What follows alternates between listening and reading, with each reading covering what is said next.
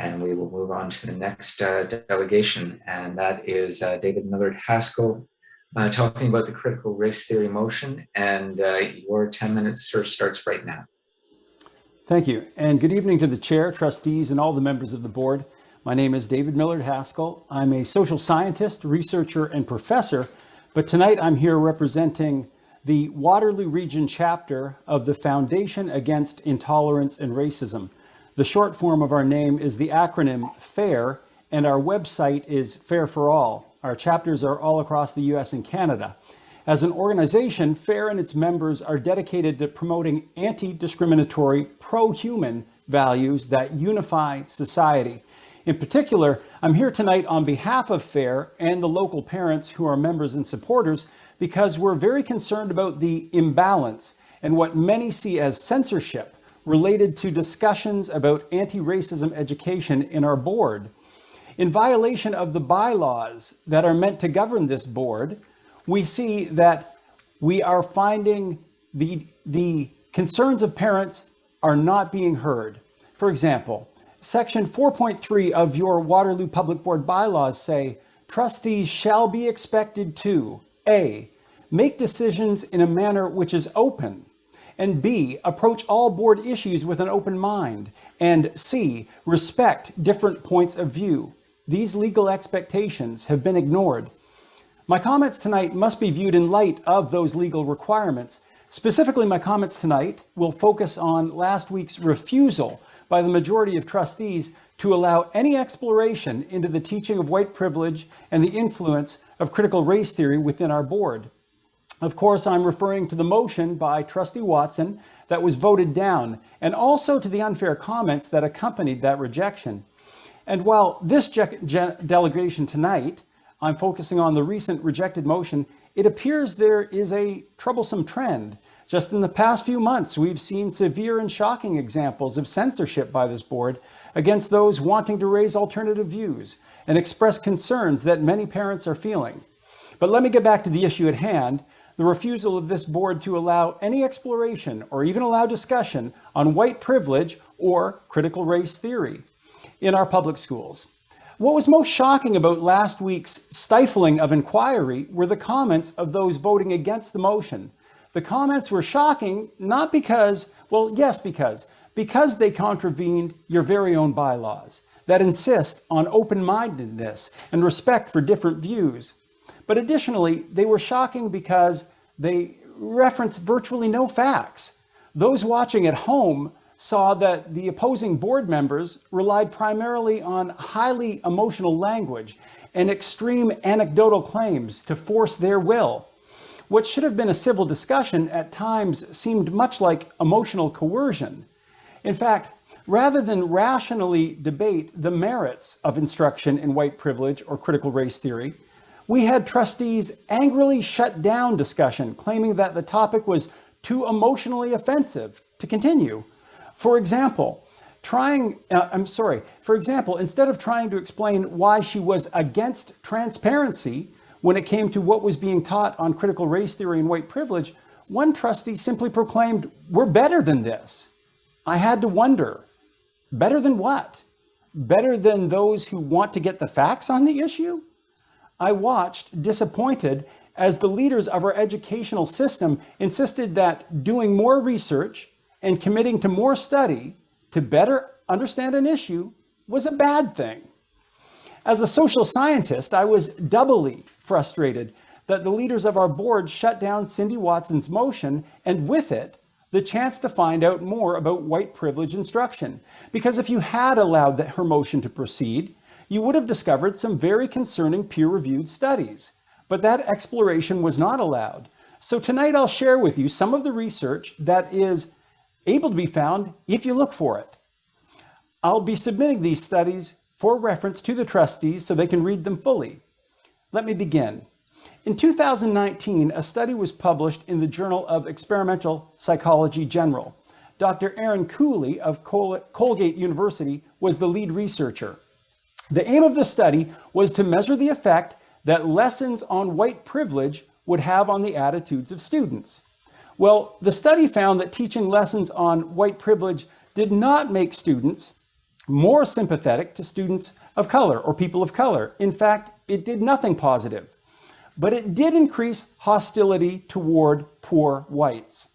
The researchers concluded, quote, learning about white privilege reduces sympathy, increases blame, and decreases external attributions for white people struggling with poverty. In short, they found teaching about white privilege does not do good, but it does do harm.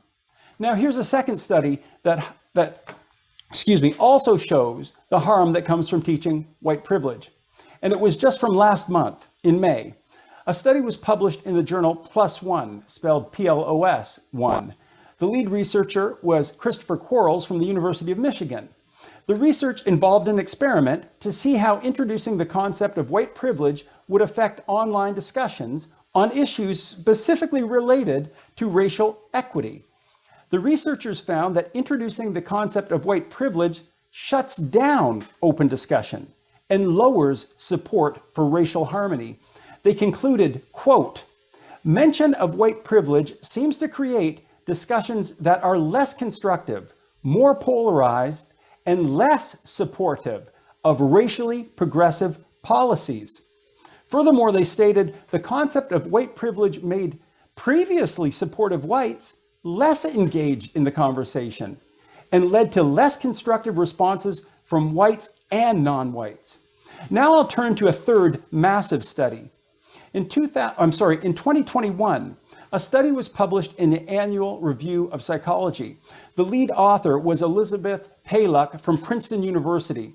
Paluck and her colleagues didn't just do a single study, they did a meta-analysis of over 400 existing studies. Their goal was to see if mandatory instruction in diversity, equity, and inclusion works to decrease prejudice and increase harmony. Because instruction about white privilege is one of the core modules in most diversity training programs, this meta-analysis is highly applicable here. After analyzing the outcomes of the over 400 research papers, Paluck and her team concluded this. Despite the bold claims made by people developing and facilitating this kind of instruction, the average impact of diversity, equity, and inclusion training is zero. And while no good is coming from it, there's even more evidence such mandatory equity and diversity instruction does harm. Let me tell you about Harvard professor Frank Dobbin and what he concludes.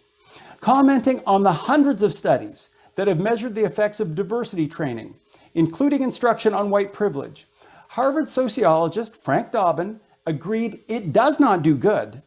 But writing in the July 2016 edition of the Harvard Business Review, he concluded, quote, a number of studies suggest diversity training can activate or cause bias or spark a backlash. That's right, the research shows this kind of instruction can cause more prejudice. Therefore, should we be concerned that the Associate Director, Lila Reed, confirmed to the news media last week that the board does do diversity type training with our students? She said it's done through explicit instruction in, quote, social justice, equity, and inclusion. The subject is included in 2 high school courses among numerous and varied frameworks a teacher can choose to discuss.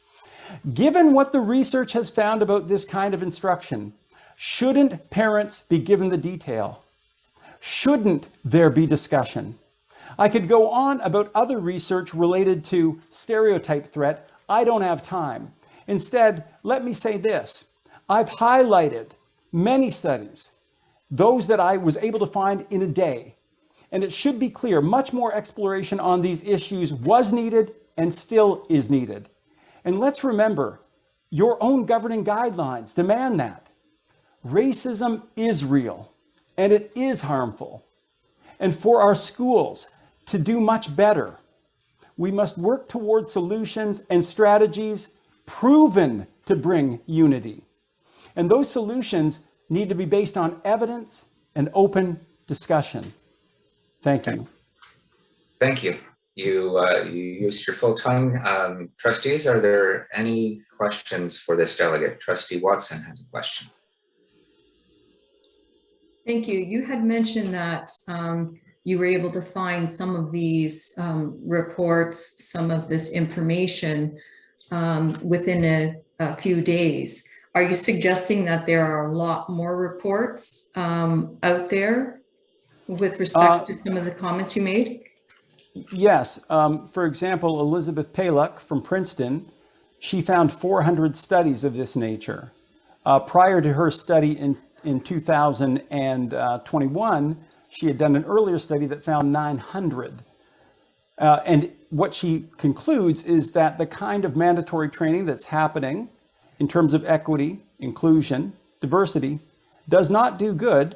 And as Frank Dobbin from Harvard found, it is clear that it can do harm. Thank you. Other questions, trustees? Seeing none, your delegation is complete, Mr. Haskell, and you may leave the meeting.